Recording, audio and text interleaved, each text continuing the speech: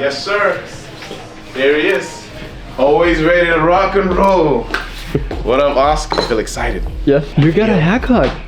I'm bald, baby. Yeah, what's up? Yeah. That's nice. Yes, sir. You used to be bald? I used to be bald, yeah. Yeah? I'm one of them bald guys that chooses to turn it on and off. Yeah. It's bald privilege, you know, this white privilege is bald privilege. Yeah, man. Good to see you, though. Yeah, you too. In SAS, as well as a list of potential contacts in Accor, try to secure some kind of sponsorship agreements. ChatGPT.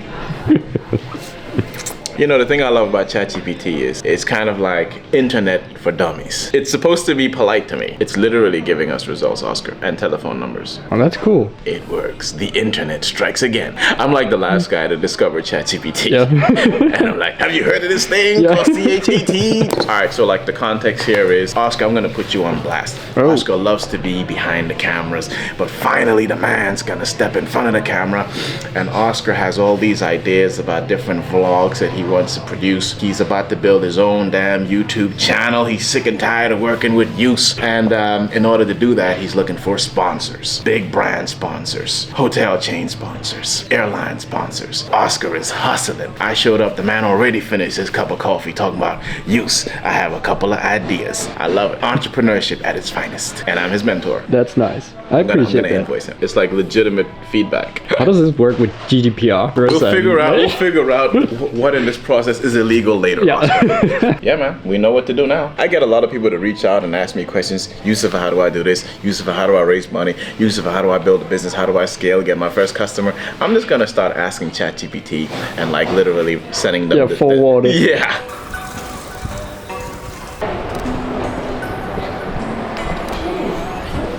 All right, Oscar. You see, every time I'm with Oscar, I'm less productive. That's why I look so damn idle on these vlogs. I had another meeting.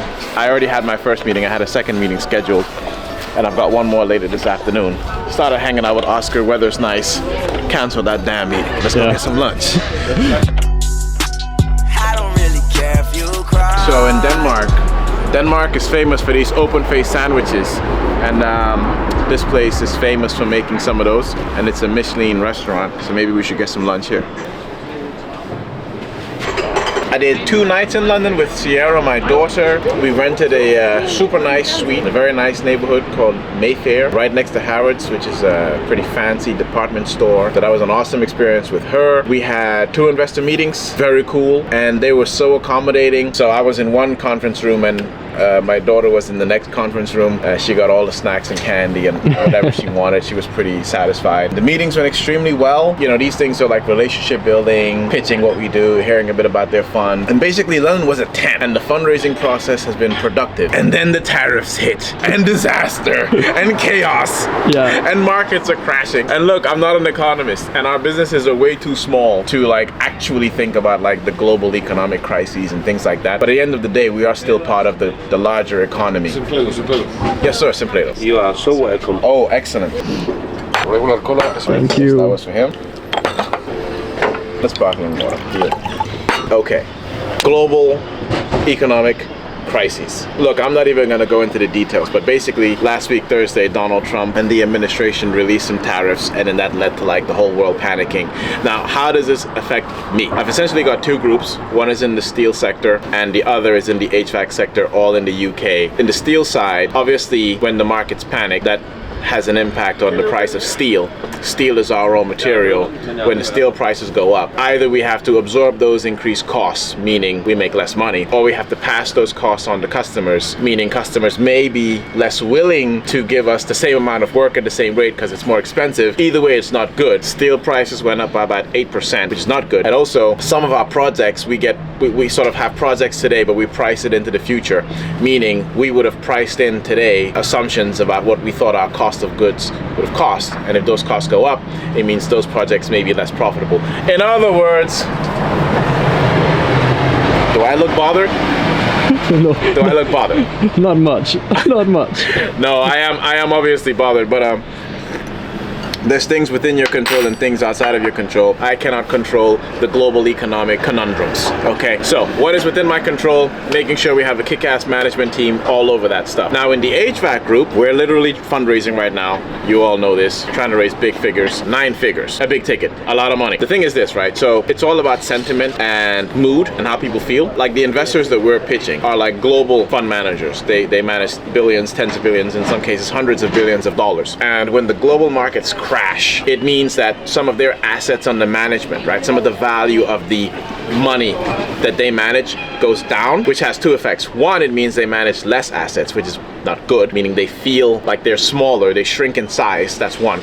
But others is their investors, because even these asset managers have investors, their investors start to panic and start to pull funds out and keep it in cash, which is a defense mechanism, meaning not only do they shrink in size, they also shrink in liquidity. And when that starts to happen, they then start question whether now is the right time to make new investments in alternative assets, which is what we are. So, hard times. Great, strong man. Yes. Yes. I love it. Yo, Oscars, yo, you sharp, man. Yo, you nailed it, man. Anyway, what is within my control is enjoying this cup of coffee, enjoying the sun, eating lunch at this Michelin restaurant, spending time with Oscar, kissing my daughter on the forehead this morning, and execute. Oh, very nice. You would think I was drinking some Louis the 13th or whatever the hell is a fancy cognac.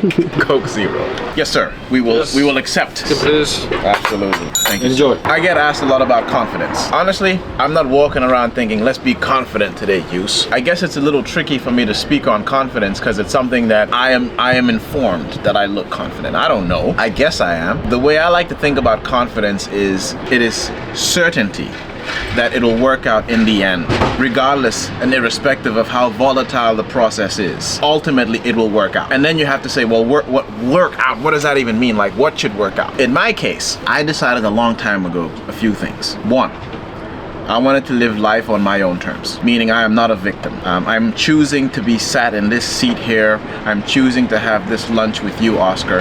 I'm choosing to be nowhere else but here and now. Having agency over my own life is a big deal for me. Second, I want to be financially successful. I'm happy to wait. I'm patient. Doesn't have to happen on day one. I've been hustling for like 12, 13, 15 years trying to build different businesses. I'm okay that this would have ended up being a 20-year journey. That's okay. And I have confidence that it will work out in the end. Therefore, even when I was broke for a decade, it was okay because I had confidence that this was going to work out. Third, I want to spend time with the people who I care about and who care about me. I want to choose my tribe. When you're born in a country, you're born to a family, you're born around people, and you can either live a life where you spend it with the people that you happen to be around, don't make new friends outside of your first friends, or you can be conscious and you can consciously choose to build your tribe. You get to sort of select who gets to join your tribe. So all of these things to me are part of the confidence formula that I have.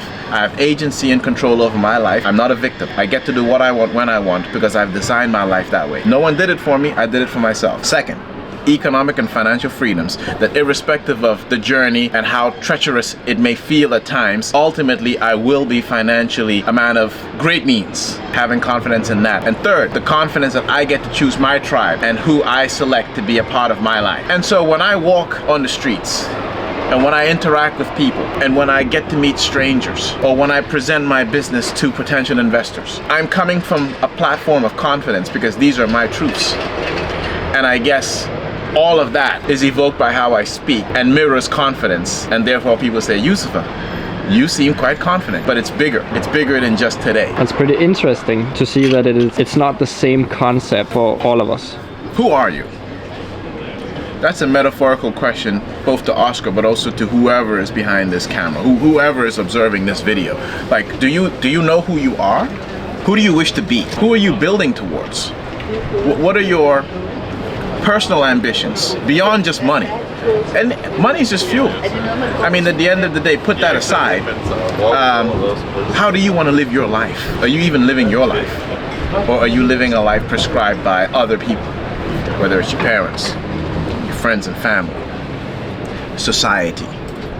or maybe it's even like prescribed by YouTube videos, right? So people you admire. But is it actually you? Once you sort of figure out who you are and who you wish to be, then confidence comes with that, because you're operating from a position of certainty. You know, you're not pretending. I don't give a damn if this lands or makes sense to you or not. That's not the purpose. It's not a speech.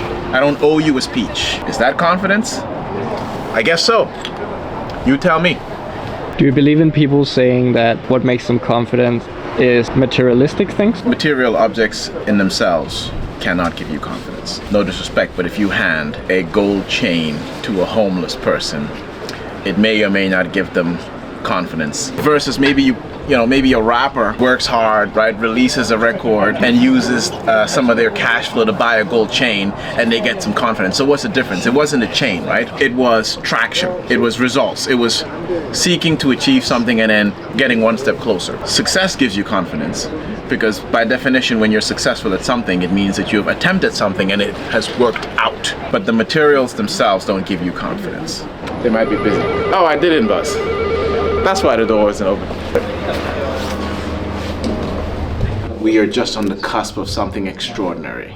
That's how it feels. Now, obviously, that feeling might be misguided, right? We'll find out in real time.